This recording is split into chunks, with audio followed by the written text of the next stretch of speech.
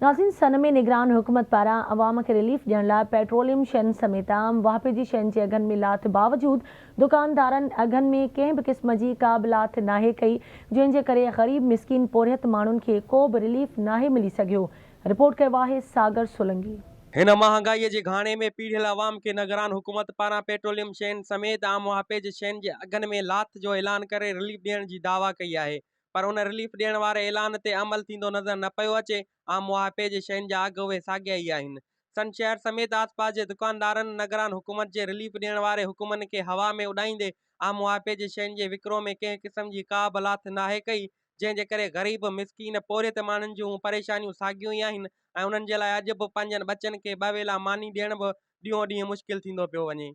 निगरान हुकूमत पारां आम वाहिपे जे शयुनि में लाथ करण जे बावजूद बि सन समेत आसपास जे दुकानदारनि पारां उहे साॻिया अघ अटो 150 रुपया फ़ी किलो, खंडु 170 रुपया फ़ी किलो, गिह 360 रुपया फ़ी किलो, चांवर 220 रुपया फ़ी किलो, दालियूं 300 रुपया फ़ी किलो ते विकिरो करे रहिया आहिनि।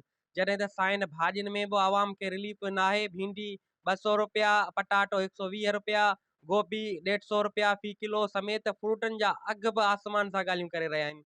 पर अघ कंट्रोल अथॉरिटी तोड़े असिस्टेंट कमिश्नर माजंद सरकारी अघ ते दुकानदारनि खे शयूं विकिरो करण ते पाबंद कराए नाहिनि सघिया, जंहिंजे करे निगरान हुकूमत जे रिलीफ वारे ऐलान मां सन समेत आसपास जे अवाम खे को बि फ़ाइदो नाहे पहुतो।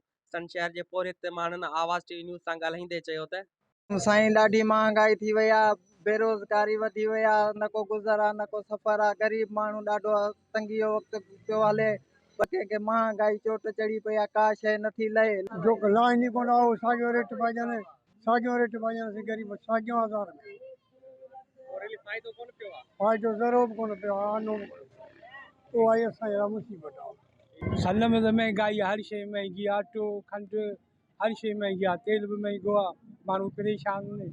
आख़िर केॾा वञनि, हुकूमत एक्शन खणे थी वरी छॾे थी। आयल तेल खाइण वारो बि उहो ई रेट आहे, सब्जियूं बि उहो ई रेट आहिनि, कंहिं बि शइ में असांखे हिन शहर में कमी ॾिसण में कान थी अचे। सन शहर जे रहवासियुनि उहो मुतालबो कयो आहे त सन शहर समेत आसपास जे वापारियुनि दुकानदारनि खे आम वाहिपे जूं शयूं सरकारी अघ ते विकिरो करण जे लाइ पाबंद करे अवाम खे रिलीफ ॾियारियो वञे त जीअं ग़रीब मिसकीन पोरियत माण्हू पंहिंजनि बचनि खे ॿ वेला पेट भरे मानी खाराए सघे ऐं सरकार जे ऐलान ते अवाम जो एतमाद बरक़रार रही सघे।